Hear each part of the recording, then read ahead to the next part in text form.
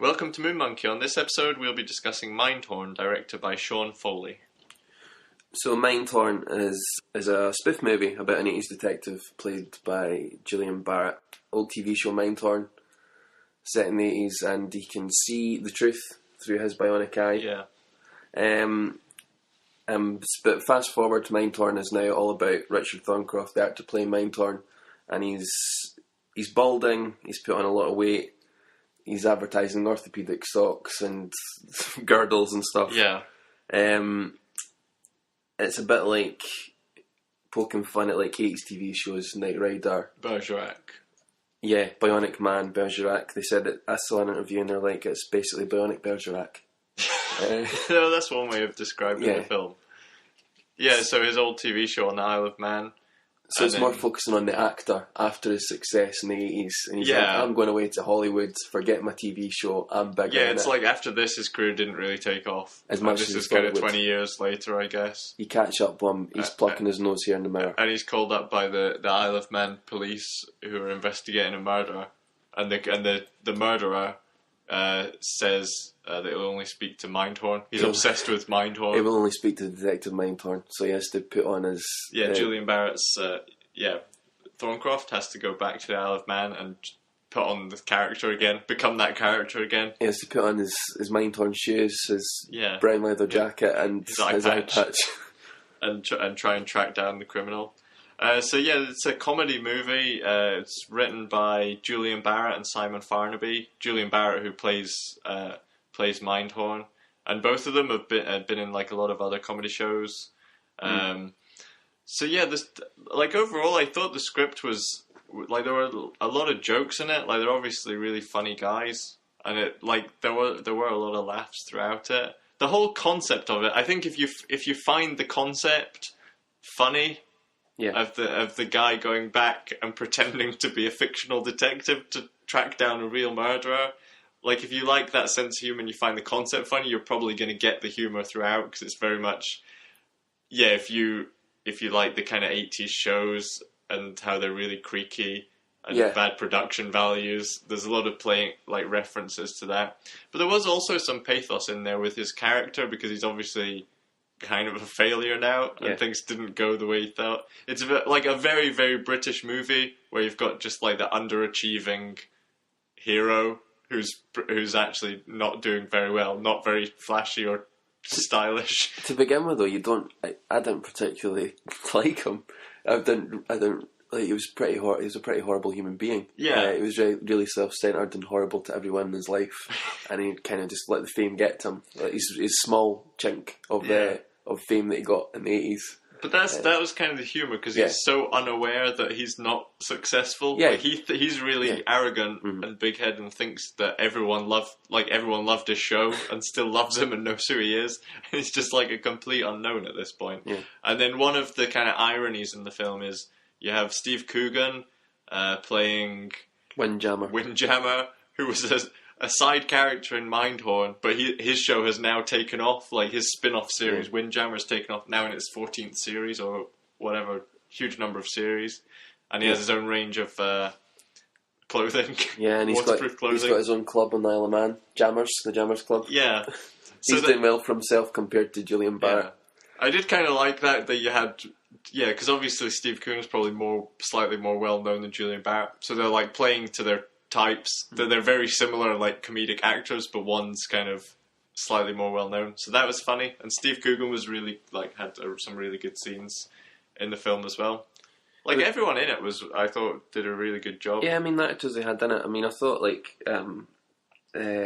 Simon Farnaby's character, the stuntman, was probably one of the funniest, as was the PR guy, Jeffrey Moncrief. Yeah. They were really good. And it was a very quotable, very well written script. Their scenes were hilarious. There was a lot of over the top, just hamming it up acting. Yeah. It's not like a film that.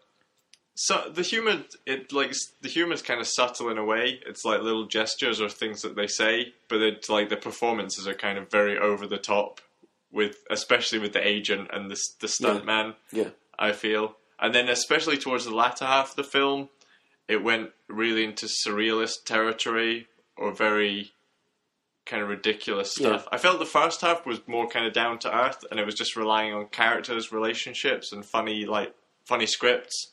And then the latter half got more into kind of slapstick and silliness. It did get a bit more crazy near the end. Not to give any spoilers away, but yeah, it got more crazier. Yeah. But I think it was just really good overall. Like we're saying, very funny, very quotable. But the one thing, like the idea stretched out over the course of a movie, like pacing wise, it felt a little flat. Yeah. But I think, like you're saying, it was similar to Steve Coogan, and it had bits of Alan Partridge.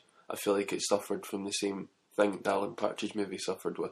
Yeah, very similar to the Alpha Papa Alan Partridge film. Pulling that concept over a movie is pretty tough. Yeah, that is funny. Like, it's one of those films where, like, if you see the bits individually, they're really hilarious. But when you're sitting through it like back to back through the whole film, it kind of drags a little bit because it's just like too much. You can't keep up. You can't keep the energy up, and also because they've got to work a plot through it.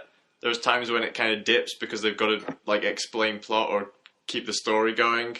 So it's not just kind of sketch. It's not like a sketch show format where it's just funny one after the other. And like you say, it's stretching out to that time.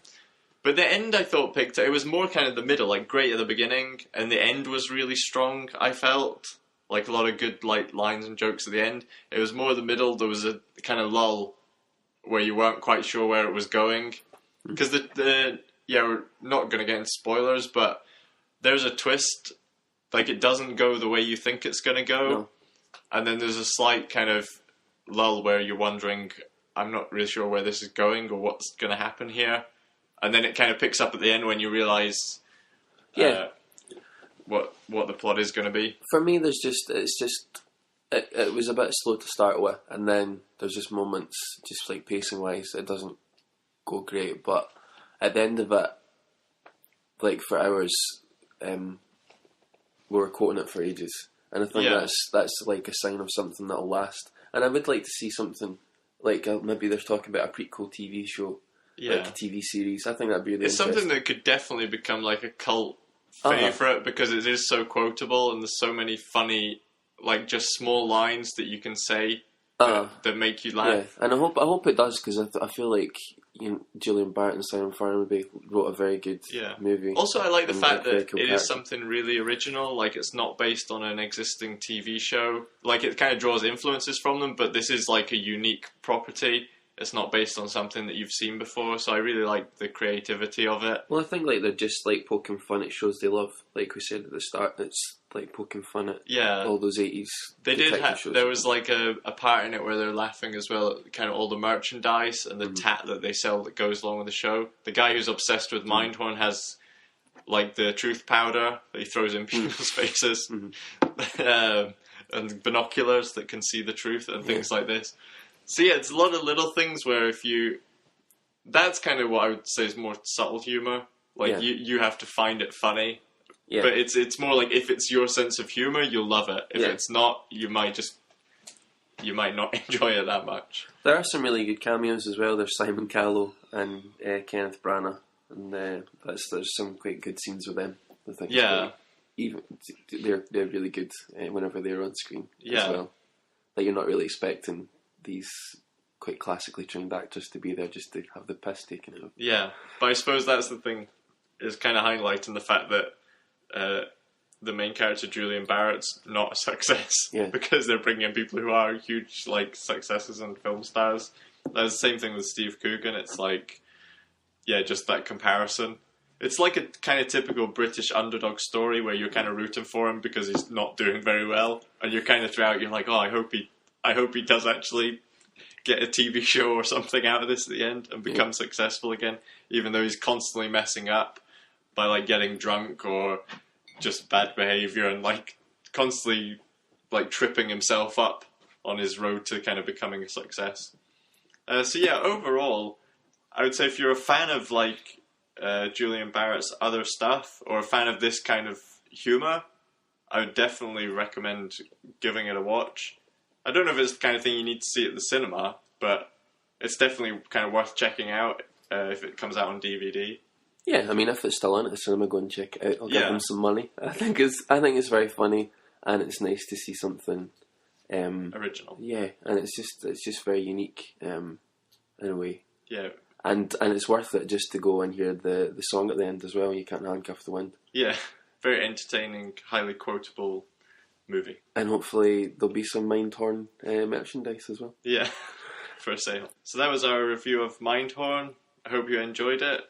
Make sure to like and subscribe, and we'll be back soon with another review.